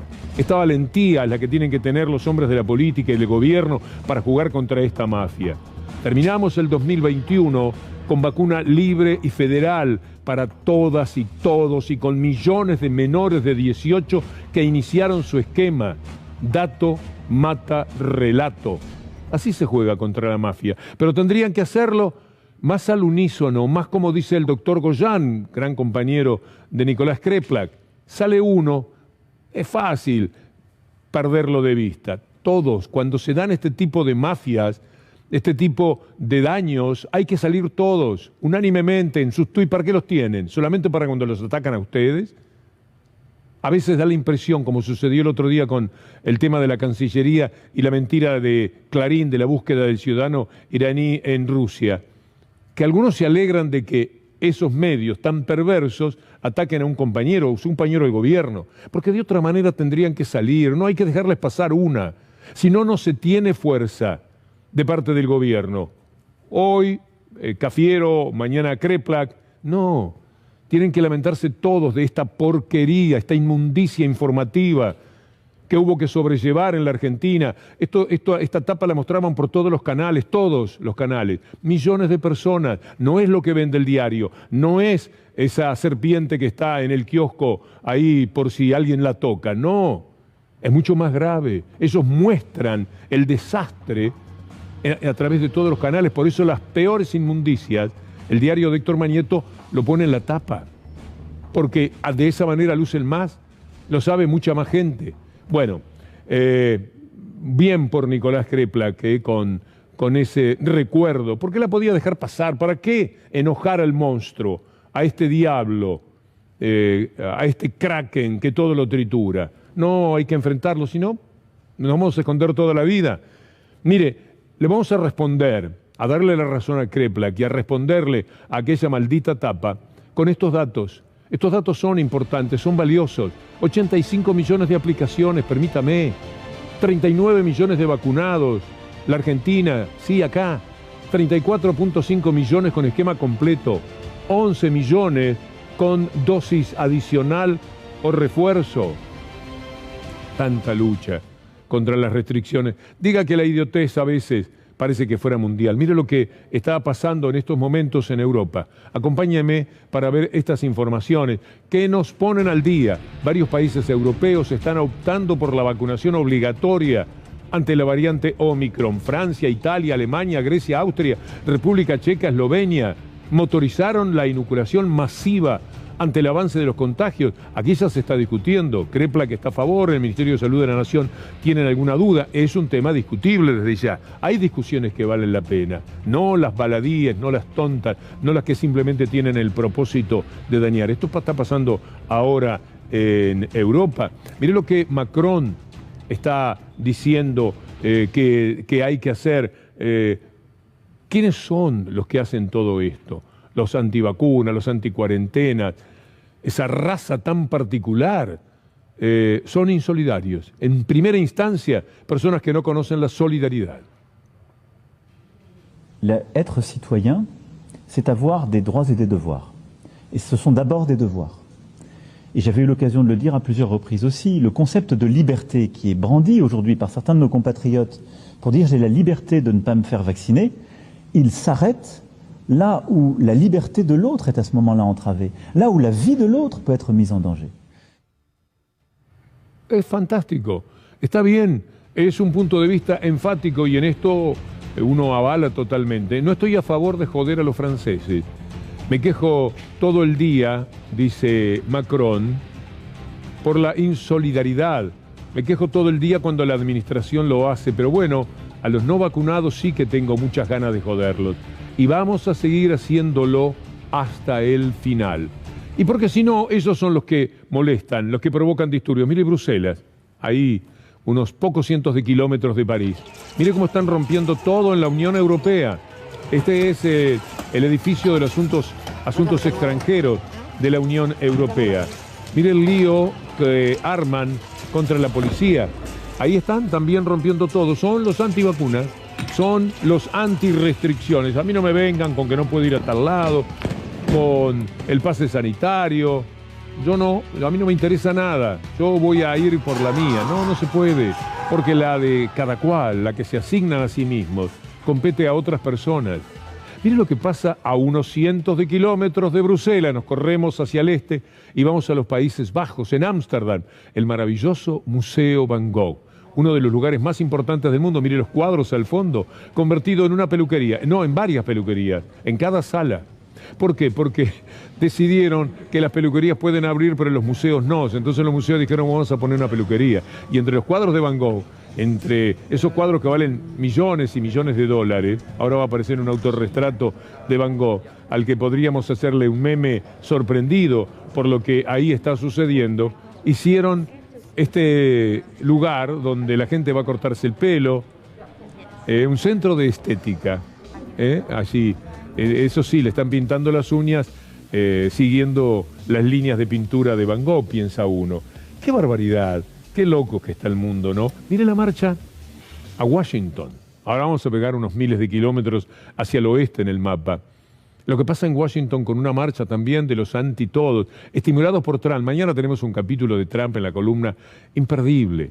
Ese mamarracho que vuelve a decir que Estados Unidos va a ser Venezuela. Usted no me cree, mañana se lo vamos a pasar. Dice, vamos camino a Venezuela, los Estados Unidos, porque gobiernan los que él no quiere que gobiernen. Pero mire esta marcha, a Washington, de los anti-todos, acompáñelos. No, mejor dicho, mírelos del costado, mírelos desde la vereda y sílvelos. Aquí están. En medio de una pandemia que ha cobrado la vida de cientos de miles, llegaron a la capital para protestar contra los mandatos de salud. Fueron miles, todos sin mascarillas. Algunos muy pequeños para entender lo que ocurría, una multitud aplaudiendo a las principales figuras del movimiento antivacunas. Actualmente el mayor número de mandatos de vacunación es a los trabajadores de la salud en 22 estados, seguido de los mandatos a los empleados públicos en 19. Por otro lado, hoy día hay que mostrar prueba de vacunación en 11 estados, misma cifra de entidades donde existe un mandato estatal de mascarillas. ¿Y si no? ¿Qué se podría hacer? Vamos a ver de nuevo lo que pasa en Europa, porque vamos a escuchar a Kicillof hablando de la obligatoriedad de la vacuna. En Europa, en estos momentos, hay varios países, ya los mencionamos: Italia, Francia, Alemania, Grecia, Austria, República Checa y Eslovenia. Motorizaron la inoculación masiva ante el avance de los contagios, las bases laborales, porque también está la cuestión del trabajo de por medio, la crisis en los comercios y la tensión de los sistemas de salud. Ahora escuchemos a Axel Kicillof. La obligatoriedad de la vacuna es algo que está obviamente en discusión, porque tiene que ver también con las modificaciones que se van dando y lo que se va aprendiendo de esta enfermedad a medida que muta el virus y a medida también que nosotros logramos a través de la campaña de inmunización hacerle frente. Así que yo creo que eso será una tarea de especialistas, ver cuándo es el momento oportuno. Hay algunos países que ya están trabajando con la obligatoriedad, nosotros tenemos que esperar qué es lo que resuelven los especialistas. Sí, los especialistas dicen también que los chicos tienen que estar todos vacunados. Los especialistas serios del mundo están procurando esto. ¿Qué es lo que dice el ministro de Educación, Persic? Para tener 190 días de clase, que además de ser 190 sean continuos, que estemos protegidos, que estemos seguros, tenemos medidas de protección, el tapaboca, la ventilación, la distancia, pero fundamentalmente tenemos que vacunarnos. Queremos 190 días de clase en toda la Argentina, el 2 de marzo en adelante queremos que esos 190 días de clase sean cuidados. Y toda esta discusión en medio del salvaje capitalismo que se hizo más fuerte todavía con la pandemia. Es terrible pensar que algunos creían que la pandemia podía acotar la locura, la bestialidad del capitalismo cuando llega a los extremos actuales, pero no, por el contrario. La gente que tiene mucho tiene cada vez más. Y la gente que tiene poco tiene cada vez menos. Mire esto que dice Oxfam, que es lo más importante a lo que podemos apelar para hablar de la desigualdad. Esta gente vive estudiando el tema. Los 10 hombres más ricos duplicaron su fortuna, mientras la pobreza sigue en aumento. durante los 2 últimos años. Mire usted el dinero que han hecho, no se pueden ni leer los números. Es una verdadera locura hablando de la desigualdad, a tal punto que yo no sé si vieron la película Joker. También los ricos tendrían que pensar que un día les puede tocar algo feo. Están tirándole mucha violencia al mundo y la violencia vuelve, ¿eh? No crean que no. Por ahí lo pagan siempre porque normalmente a lo primero que atacan es a los pobres luchan contra los pobres porque es lo que tienen más a mano si viven entre pobres. Entonces los ricos se quedan en los barrios prominentes, se quedan en los sectores mejores y no sienten el acecho y el peligro. Pero la película Joker y muchos otros hechos que se dan nos hablan de que algo hay que hacer y por eso aparecen los supermillonarios, se acuerda de ellos, los millonarios patrióticos, como se llaman, diciéndonos, por favor, cóbrenme impuestos, cóbrenme fuertes impuestos, ¿lo podemos ver? Ahí está. Si implementamos un impuesto a la riqueza sobre millonarios y multimillonarios de solo 2-5% por año, podríamos generar 2.5 billones, ellos los billones son 1.000 millones, no es como nosotros que es millón de millones. 2.52 billones cada año, 2.300 millones de personas de la pobreza se pueden sacar. Se podría vacunar al mundo entero, se podría brindar atención médica a 3.600 millones de ciudadanos de países de bajos ingresos. Bueno, usted vio todo lo que se ha podido hacer en la Argentina con una sola vez que le cobraron un impuesto a los que más tienen. En este sentido, vale la pena recurrir a lo que dice Guterres en la ONU, que es muy, pero muy importante.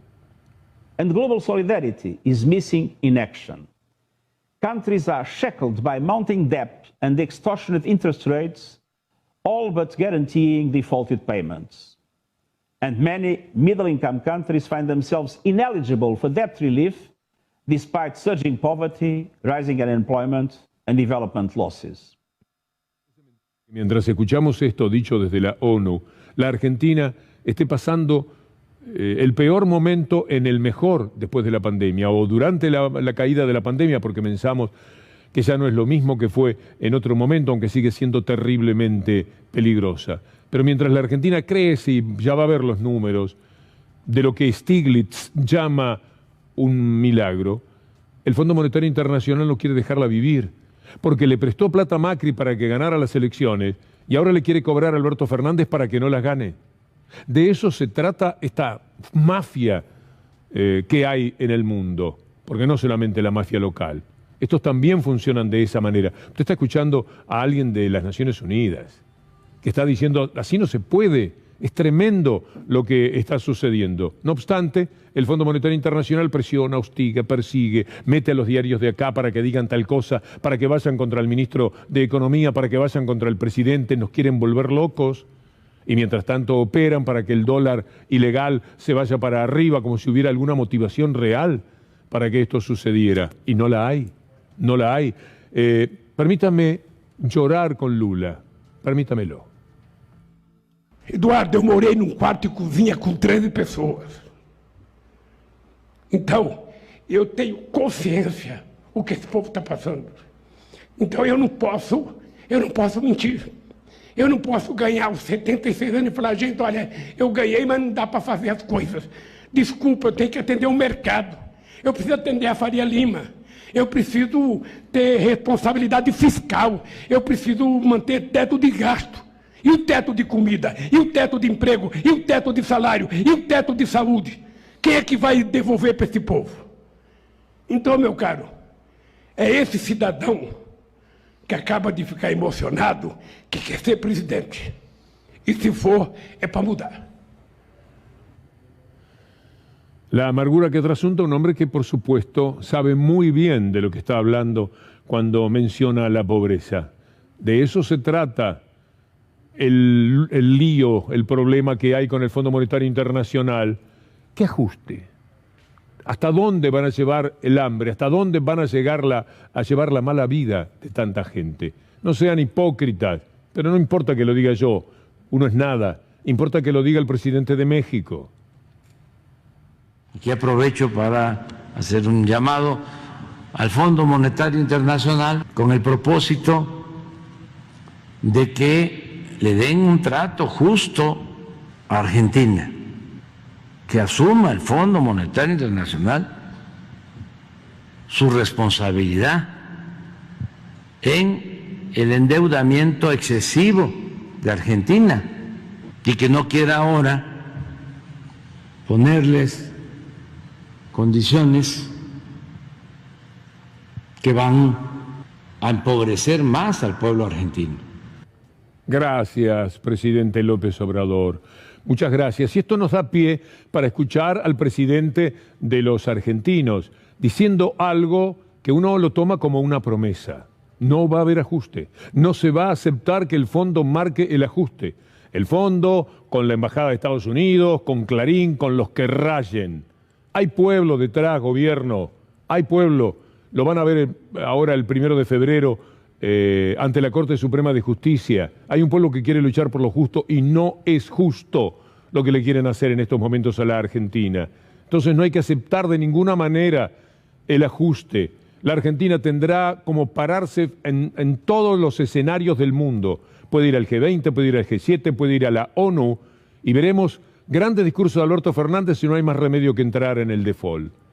Puede que no haya más remedio porque no hay que aceptar cualquier cosa para no caer en default. Se vive con default, se pelea mucho, se corren riesgos, hay inconvenientes, lo rodean todos los salvajes del capitalismo internacional, pero tiene otra dignidad ese sentido soberano. Por eso, esta sí que es una prueba de fuego para Alberto Fernández y para Martín Guzmán. No se puede entregar al país, no tienen ninguna necesidad. Es mejor quedarse en su casa antes de entregarlo. Y por eso, y por lo que han venido diciendo, me permito tenerles fe. Los pueblos que pierden la memoria están condenados a repetir su historia. Y nosotros no podemos repetir historias.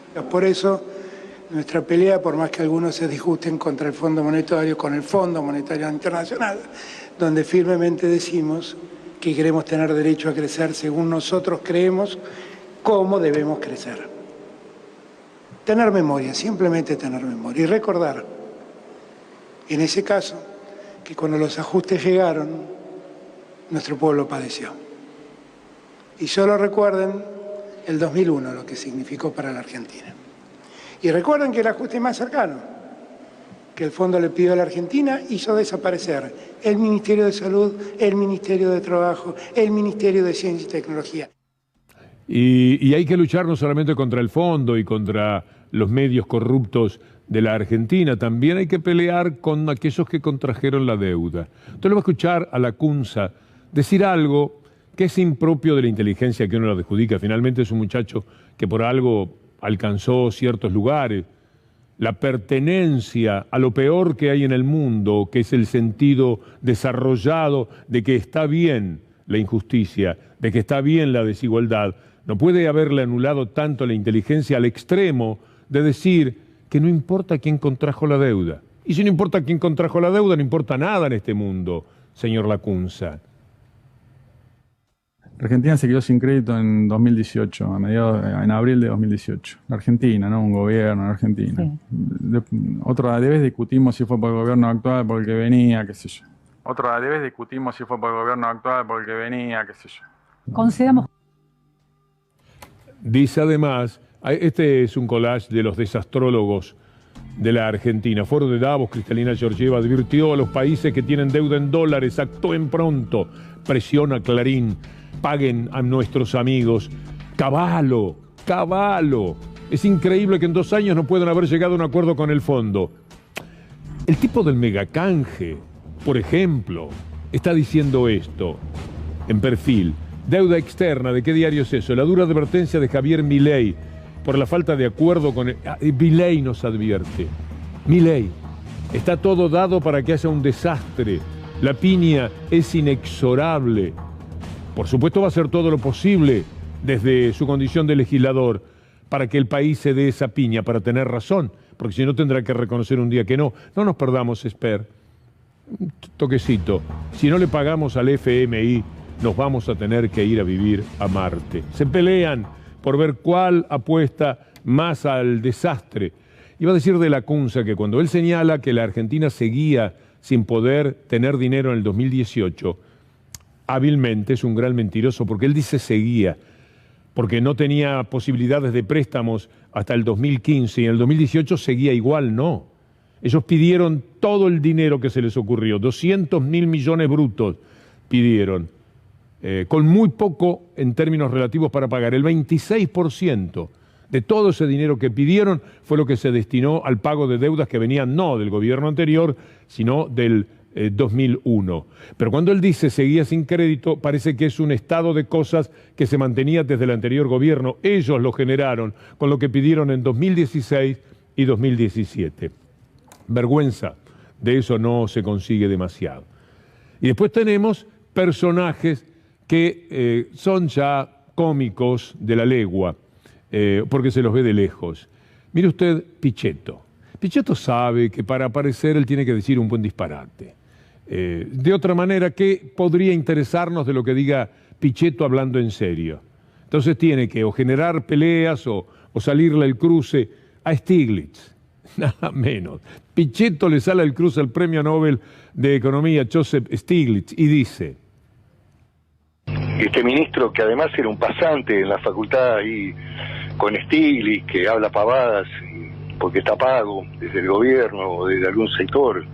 Entonces dice que la Argentina es extraordinario cómo se ha recuperado. Pero Stiglitz tiene ahí, hay una debilidad de la vicepresidenta con Stiglitz, que fue premio Nobel. Pero yo estuve en el año 2019 en el sector financiero de Nueva York, hablando con los fondos de inversión. Stiglitz es una persona totalmente devaluada en Estados Unidos, no respetada. En términos de su pensamiento económico, no respetado ni valorado. Pero bueno, acá venden buzones pintados de amarillo. Estuvo con los fondos de inversión, preguntándole, imaginé lo que fue los fondos de inversión, capitalismo del núcleo, pueden opinar de un hombre que, como Paul Krugman, podría decirse como el Biden de este momento, como el Obama, para nombrar gente conocida, piensan sobre lo que es la salvajada que se comete con el mundo. Así que fue a preguntarle a Trump, le podría haber preguntado, lástima que no se lo cruzó, que debe tener muy buena opinión de Stiglitz. ¿Y quién se sumó a esto? ¿Quién puso un tuit en inglés, de verdad en inglés?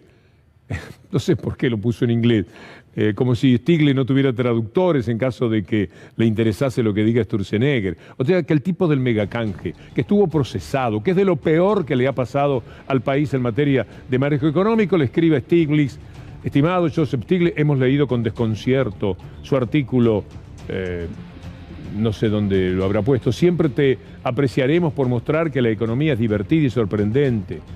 Pero mi sensación es que sobre la Argentina no te has atrevido a hacer las preguntas incómodas. Claro, Stiglitz podría preguntar, ¿quiénes son los que ayudaron a robar al país con el megacanje? Esa es una muy buena pregunta.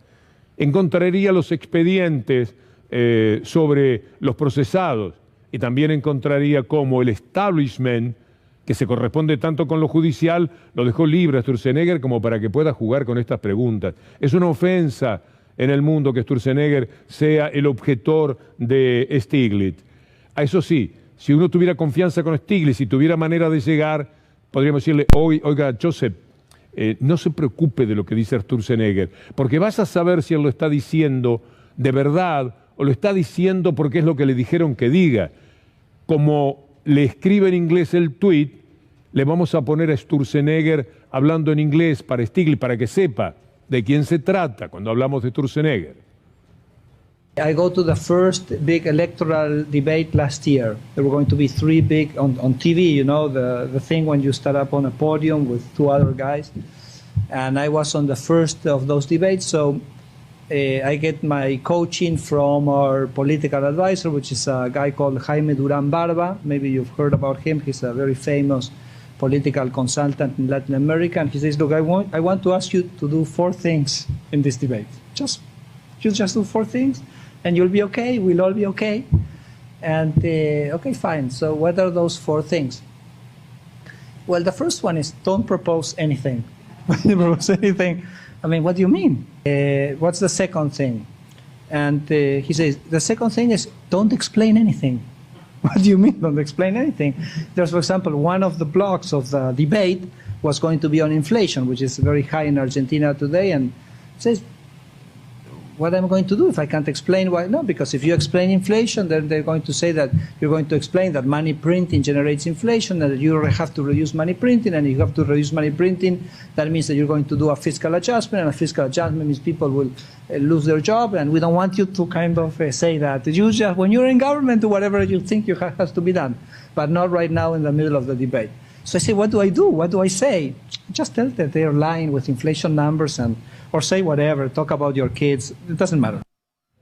Efectivamente, alguna vez Sobredosis de TV lo mostró hablando de los hijos a Sturzenegger, es decir, de cualquier cosa menos de lo que podría hablar quien después iba a hacer cargo. Estuvimos en las manos de este hombre, de esto que es payasesco, por eso se lo quería mandar a Stiglitz para decirle, no se preocupe, Joseph, no es rival, no es rival.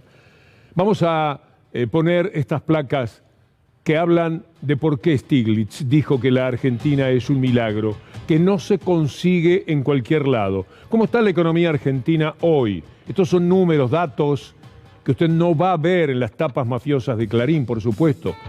34% creció la construcción hasta noviembre del 2021. 4.9% por arriba del 2019, no del 2020. Es la demanda de luz, agua, gas. Se trabaja más, se necesita más luz.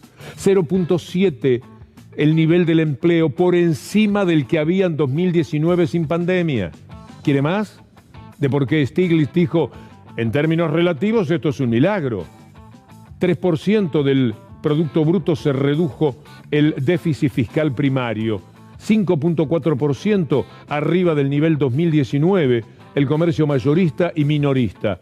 6 meses consecutivos de crecimiento acumula el consumo masivo. ¿Se da cuenta? 6 meses de crecimiento. Con el gobierno de Macri, con el gobierno neoliberal, hubo 4 años de caída del consumo masivo. Estos son números. Te busque. Consumo masivo en los tiempos de Macri. Trabaja de ciudadano. Porque no tiene por qué creer en lo que yo digo. A lo mejor voy improvisando sobre la marcha y se me ocurren cosas como decir, mire cuánto creció el consumo ahora y antes no crecía nada. No solo no crecía nada, sino que decrecía. Entonces desconfíe de cada cosa que le dicen.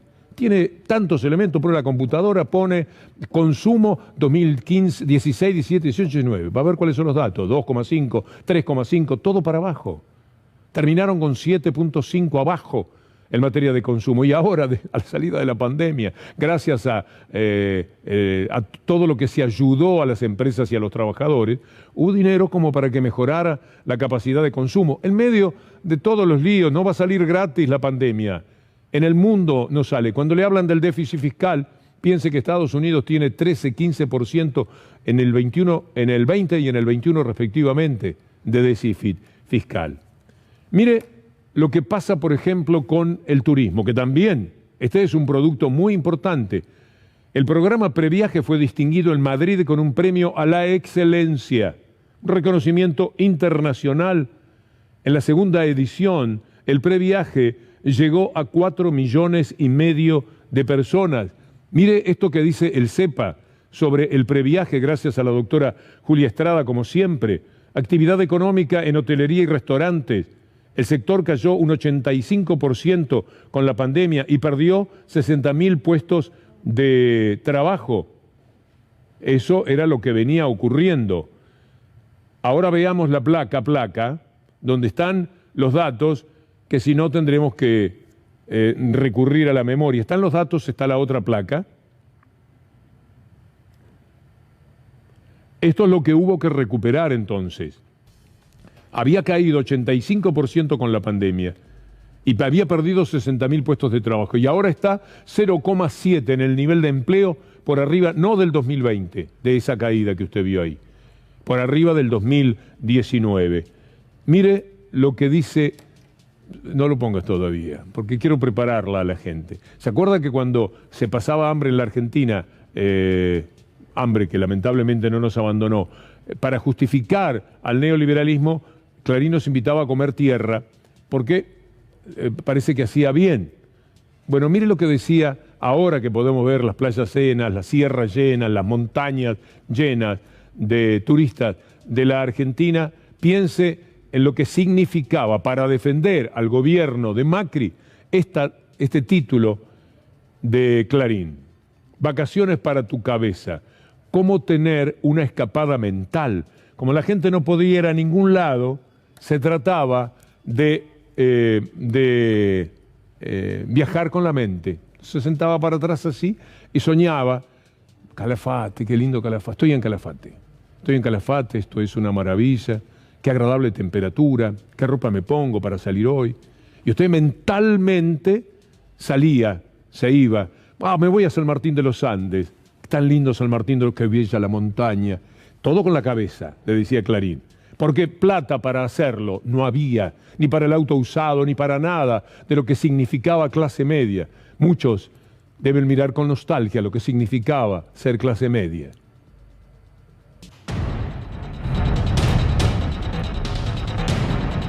Bueno, y después tenemos a esta señora, Soledad Acuña se llama, con la mala educación, pero con la viveza, ella se está preparando porque si vuelve a la derecha, ella será la ministra de Educación sobre todo si es Larreta. Ahora si es Macri, bueno, y si es Bullrich, no sabe, pero se tira el lance. ¿Y cómo se progresa en la derecha de la Argentina? Diciendo disparate, diciendo cualquier barbaridad, provocando, insultando, faltándole el respeto a quien sea, de esta manera. Es muy tarde para salir a buscar a los chicos. Esos chicos seguramente ya están perdidos en un pasillo de una villa. Esos chicos seguramente ya están perdidos en un pasillo de una villa. Ya cayeron en actividades del narcotráfico, ya tuvieron que ponerse a trabajar. Nosotros no creemos que en la pandemia los chicos que dejaron el colegio están deambulando por las calles de un barrio popular o fueron reclutados como soldados para el narcotráfico. No creemos eso. Creemos que son chicos que están esperando una mano que los auxilie y los haga retomar el rumbo de la educación. Y entonces, cuando Jimmy fue ministro, lo llamé, y que me corrija si en algo miento, y le dije, tu primer tarea es ir a buscar a todos los chicos que dejaron el colegio y volverlos a meter en el colegio. Mientras tanto, hay que pensar quiénes son los que hablan de educación, quiénes son los que supuestamente están tan preocupados por la educación.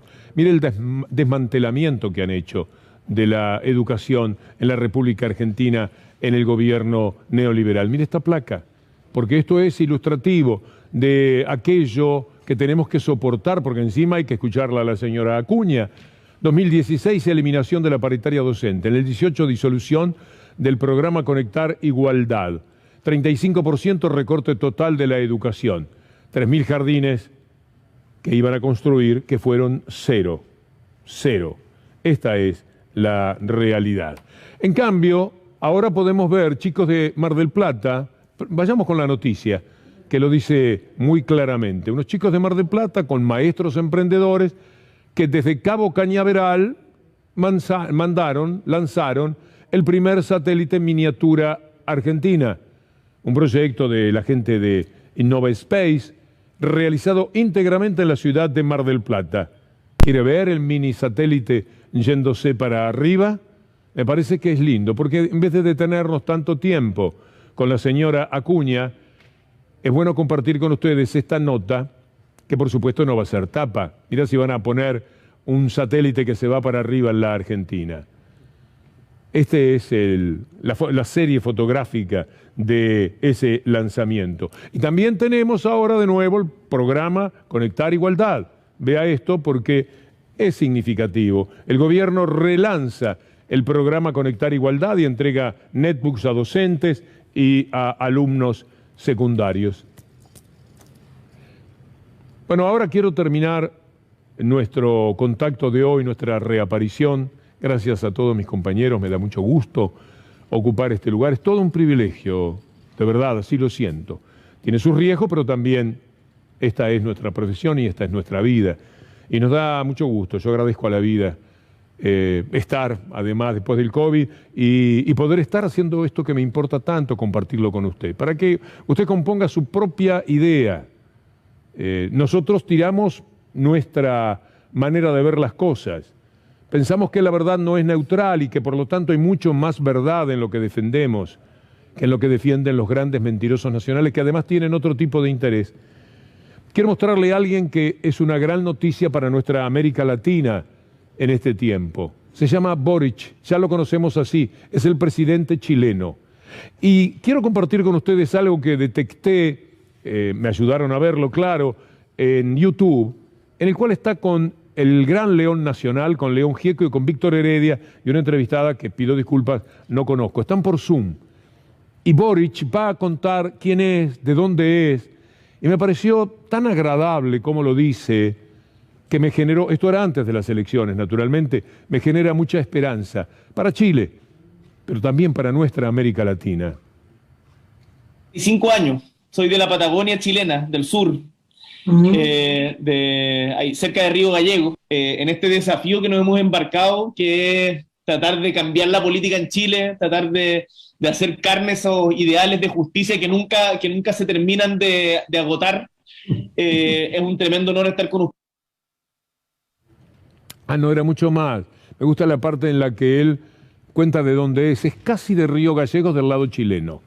Es decir, vecinísimo, hombre bien del sur, y se lo contaba a Víctor. Bueno, pero claro, los tiempos se nos terminan. Así que les voy diciendo muchísimas gracias. Tenemos minuto 1, el gran Charlie Montes Onganía con todo su equipo, con Leandro Raduazo, están preparando el programa de la mejor manera para que usted siga con toda esta información, mucho que tiene que ver con, bueno, viene Juana Morín, a mí me cuesta decirle qué bien que anda ese pibe, pero la verdad, qué bueno que es, ¿no? Ahí lo tenemos ya listo, ¿está Juan? Ahí está Juan. Y yo les digo hasta mañana, a las 6 de la tarde, los espero. Muchas gracias.